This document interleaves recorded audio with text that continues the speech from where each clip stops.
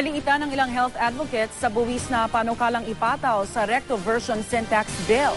Pagtataya nga ng Department of Finance at Department of Health, dapat daw 30 pesos ang buwis sa kada kaha ng sigarilyo.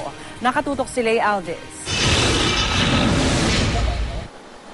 Kapag itinaas ang presyo ng sigarilyo, magyoyosi ka pa ba? Basta kaya ko, hindi ko titigilan magyosi basta kaya kong bibilhin. Hindi na po. Hindi na. Kasi pagkain, bili ko na ng pagkain ko isa pang yosi. Kasi nakakasira ng baga yun. Ang gusto ng DOF at DOH, ang bersyon ni Senadora Miriam Santiago na gusto rin ng palasyo, 30 pesos na sin tax kada kaha ng sigarilyo. Ang ipinasa ng Kamara, 12 hanggang 28 pesos. At sa bersyon ng Senate Committee on Ways and Means ni Senator Ralph Recto, 6 hanggang 14 pesos. Pinakamababa ang bersyon ni Recto at puna ng mga kontra sa Recto version. Malaki ang pagkakahawig sa proposal ng tobacco industry. Hindi makuha ng mga doktor at saka ng mga taga-gobyerno why yung pinakamababa and very close to the tobacco industry's proposal. Para sa ilang health advocate, isang balakid ang nawala sa pagbibitiw ni Recto bilang chairman ng Senate Committee on Ways and Means. Ayon sa Malacanang, wala silang kinalaman sa desisyon ni Recto.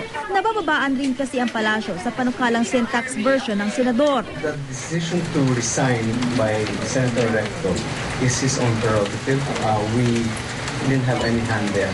Sa panig ng BIR, sinabi ni Commissioner Kim Henares na karapatan ni Recto kung gusto niyang magbitiw sa chairmanship ng komite. Pero umaasa siya na gaya ng mga sinabi ng mga senador, maipapasa pa rin ng sin tax bill bago matapos ang taon. I'm holding on to what the senator said, including Senator Recto, no?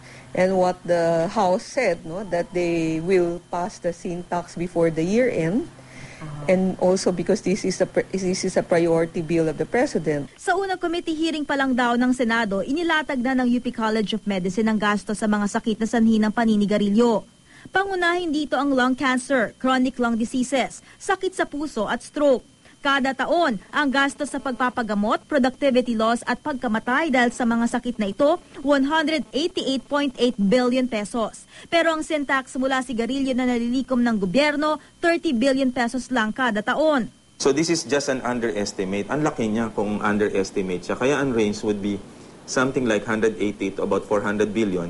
But we're just taking a conservative, calculated approach in terms of telling the public kung ano ba economic burden ng paninigarilyo sa atin. Base sa datos ng UP College of Medicine, karamihan sa mga naninigarilyo sa Pilipinas ay mga may hirap at mga kabataan.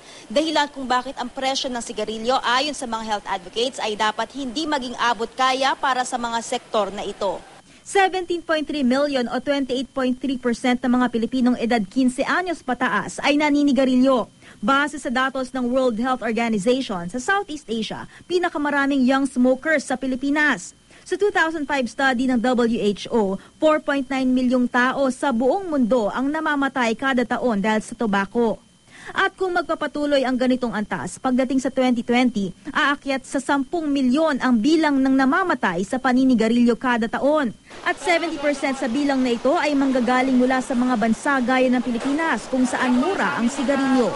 Lay Alves, Nakatutok, 24 Oras.